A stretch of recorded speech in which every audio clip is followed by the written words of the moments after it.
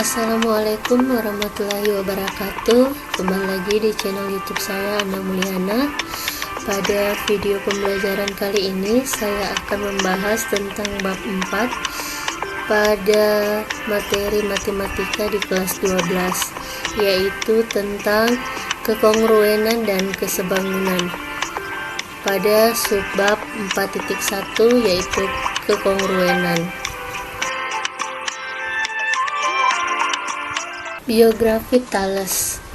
Thales lahir di sekitar pertengahan 624 sebelum Masehi di kota Miletus yang terletak di pantai barat Asia Kecil. Thales dikenal sebagai seorang filosof Yunani, matematikawan, dan ilmuwan. Ia menemukan konsep geometri garis sehingga diberikan apresiasi atas karya-karyanya. Salah satu karyanya adalah geometri abstrak. Thales pergi ke Mesir dan belajar dengan para imam, di mana dia mendalami ilmu matematika dan membawa pengetahuan ini kembali ke Yunani. Thales juga melakukan penelitian geometris dan menerapkan pemahamannya tentang geometri untuk menghitung jarak dari pantai ke kapal di laut. Hal ini sangat penting bagi orang-orang Yunani, apakah kapal datang untuk berdagang atau untuk melakukan penyerangan. Beberapa karya Thales berupa 5 teorema dalam geometri yang cukup populer, yakni sebuah lingkaran dibagi menjadi dua bagian yang sama oleh diameternya. Yang kedua, besar kedua sudut pada kaki-kaki segitiga sama kaki adalah sama. Yang ketiga, jika dua garis lurus berpotongan, ukuran sudut bertolak belakang yang terbentuk sama besar. Yang keempat, jika satu segitiga memiliki dua sudut dan satu sisi yang berukuran sama dengan segitiga lain, maka kedua segitiga tersebut kongruen. Dan yang terakhir, sebarang sudut dalam pada setengah lingkaran adalah sudut siku-siku. Hal ini dikenal dengan teorema Thales. Subbab 4.1 kekongruenan. Apakah ada jalan pintas untuk mengecek kekongruenan? Seorang kontraktor bangunan baru saja mengangkat dua paket segitiga berukuran besar untuk menopang atap suatu aula pertunjukan. Sebelum penderek menggereknya ke tempat yang diinginkan, kontraktor tersebut butuh memastikan apakah dua segitiga tersebut sama persis atau kongruen. Haruskah kontraktor tersebut membandingkan semua bagian-bagian dari dua segitiga tersebut? Untuk membahas kekongruenan bangun datar, ada beberapa pengetahuan prasyarat yang harus dimiliki. Marilah kita jawab bersama-sama pertanyaan-pertanyaan berikut. Yang pertama, apa yang bisa kalian simpulkan terkait dua garis AB dan CD yang kongruen? Jawabannya, ruas garis AB dan CD itu dikatakan kongruen jika ruas garis AB dan CD mempunyai ukuran panjang yang sama, yaitu panjang AB sama dengan panjang CD. Jadi ruas garis AB dan ruas garis CD itu dikatakan kongruen apabila memiliki panjang yang sama. Saya akan memberikan ilustrasi seperti gambar di bawah ini. Ini adalah ruas garis AB yang mempunyai panjang yang sama dengan ruas garis CD, sehingga dapat disimpulkan bahwa ruas garis AB itu kongruen dengan ruas garis CD. Selanjutnya kita melangkah ke pertanyaan kedua. Apa yang bisa kalian simpulkan terkait dua sudut A dan sudut B yang kongruen? Jawabannya adalah dua sudut A dan sudut B kongruen. Sudut A kongruen dengan sudut B jika dua sudut A dan sudut B mempunyai ukuran yang sama besar, yaitu besar sudut A sama dengan besar sudut B. Saya berikan gambaran seperti di bawah ini. Ini adalah gambar sudut A dan sudut B yang besarnya sama, yaitu besar sudutnya 45 derajat dan besar sudut B juga 45 derajat.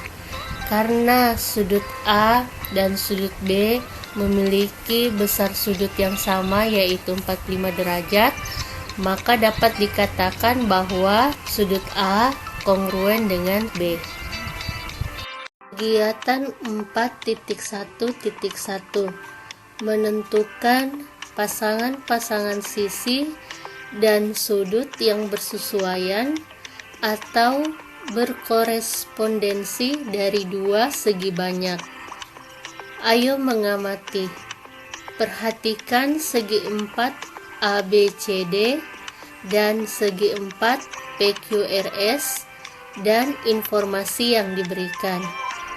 Mari kita amati kedua gambar ini. Yang pertama adalah segi 4 ABCD dan yang kedua adalah segi 4 PQRS. Informasi yang diberikan adalah yang pertama, terdapat korespondensi 1:1 antara segi 4 ABCD dan segi 4 PQRS, atau dituliskan ABCD berkorespondensi PQRS. Korespondensi ini artinya memasangkan satu-satu. Nah, di sini dituliskan dengan titik A. Kita perhatikan titik A itu berkorespondensi dengan titik P. Kemudian titik B berkorespondensi dengan titik Q. Titik C berkorespondensi dengan R dan D berkorespondensi dengan titik S. Informasi yang kedua adalah sisi AB dan sisi PQ. Ini ya, sisi AB dan sisi PQ adalah pasangan sisi yang bersesuaian atau berkorespondensi. Jadi kalau tadi berupa titik, kalau ini berupa sisi, yaitu sisi AB yang berkorespondensi dengan sisi PQ. Jadi sisi AB yang berkorespondensi dengan sisi PQ. Selanjutnya, sudut A dan sudut P adalah pasangan sudut yang bersesuaian atau berkorespondensi. Jadi di sini sudut A-nya, ini sudut ya, sudut A itu juga berkorespondensi atau memasangkan dengan sudut P. Jadi sudut A itu berkorespondensi dengan sudut P. Bangun datar yang dimaksud dalam buku ini adalah segi banyak. Jadi bangun datar yang ada dijelaskan pada video ini adalah segi banyak.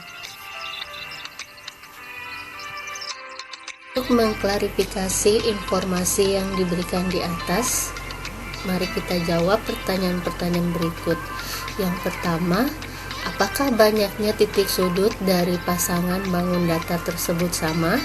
Yang kedua, tuliskan nama sisi dan sudut dari masing-masing bangun datar tersebut. Yang ketiga, apakah bisa dibuatkan korespondensi satu-satu atau memasangkan satu-satu masing-masing sisi dan sudut pada bangun ABCD ke bangun PQRS?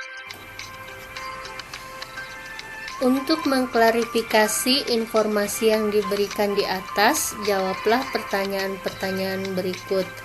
Yang pertama, apakah banyaknya titik sudut dari pasangan bangun datar tersebut sama? Jadi kita memperhatikan dari kedua bangun ini, ya, bangun segi 4 ABCD dan bangun segi 4 PQRS. Apakah titik sudutnya itu sama atau banyak titik sudutnya sama? Kita lihat sini banyak titik sudutnya 1, 2, 3, 4. Begitu juga di PQRS 1, 2, 3, 4. Karena sama-sama 4, maka banyak titik sudutnya adalah sama, sehingga jawabannya adalah iya, sama. Kemudian yang kedua, apakah bisa dibuatkan korespondensi satu-satu pada titik-titik sudutnya? Tuliskan titik-titik sudut yang berkorespondensi satu-satu. Jadi seperti yang saya jelaskan tadi, bahwa korespondensi satu-satu itu adalah memasangkan satu-satu. Jadi di sini kita akan melihat apakah kita bisa memasangkan satu-satu antara titik-titik sudut yang pada segi 4 ABCD dengan titik sudut yang ada di bangun segi 4 PQRS. Kita lihat di sini kita bisa pasangkan titik sudut A dengan titik sudut B. Ya, seperti ini dituliskan. A berkorespondensi dengan P. Kemudian titik sudut B kita pasangkan dengan titik sudut Q. Kemudian C dengan R serta D dengan S.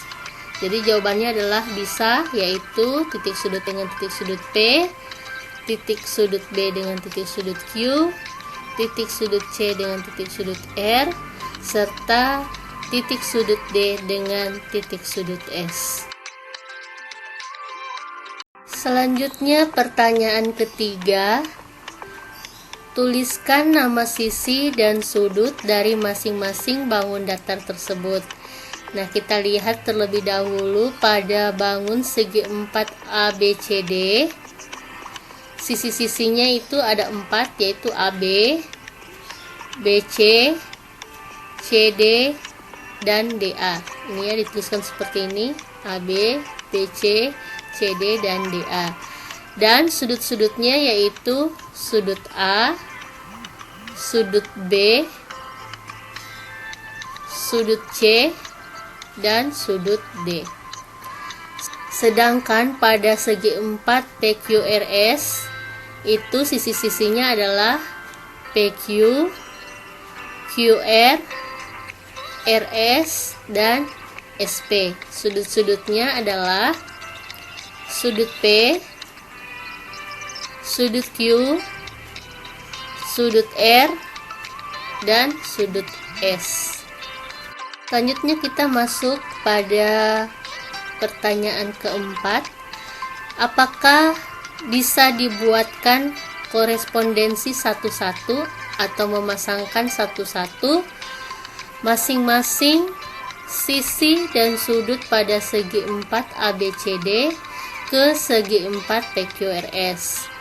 Jawabannya bisa dibuatkan korespondensi satu-satu. Kita lihat di sini. Jadi ini bicara tentang sisi ya. Sisi AB itu bisa dipasangkan dengan PQ. Kemudian BC dipasangkan dengan QR. CD bisa dipasangkan dengan RS, dan DA itu bisa dipasangkan atau dikorespondensi dengan sisi SP. Selanjutnya untuk sudut, korespondensi satu-satu pada sudut ini bisa kita pasangkan juga, yaitu sudut A dipasangkan dengan sudut P, kemudian sudut B dipasangkan dengan sudut Q, sudut C dipasangkan dengan sudut R, dan yang terakhir adalah sudut D dipasangkan dengan sudut S. Jadi bisa dikorespondensi satu-satu atau bisa dipasangkan satu-satu. Nah, dari penjelasan tadi ada beberapa poin yang bisa kita tarik kesimpulannya. Yang pertama yaitu sepasang bangun datar bisa dibuatkan korespondensi atau terdapat korespondensi jika bisa dibuatkan korespondensi satu-satu atau pasangan satu-satu antara titik-titik sudut pada sepasang bangun datar tersebut. Kemudian yang kedua, dua sudut yang bersesuaian adalah dua sudut yang titik-titik sudutnya adalah dua titik yang bersesuaian atau berkorespondensi. Kemudian yang ketiga, dua sisi yang bersesuaian adalah dua sisi yang titik-titik pangkal sisi-sisinya adalah sepasang titik yang berkorespondensi. Dan yang terakhir adalah sisi-sisi yang bersesuaian dan sudut-sudut yang bersesuaian itu dituliskan dengan simbol, ini tanda panah kedua arah ya. Misalkan sisi AB bersesuaian dengan sisi PQ, maka dapat dituliskan sisi AB ini berkorespondensi dengan sisi PQ.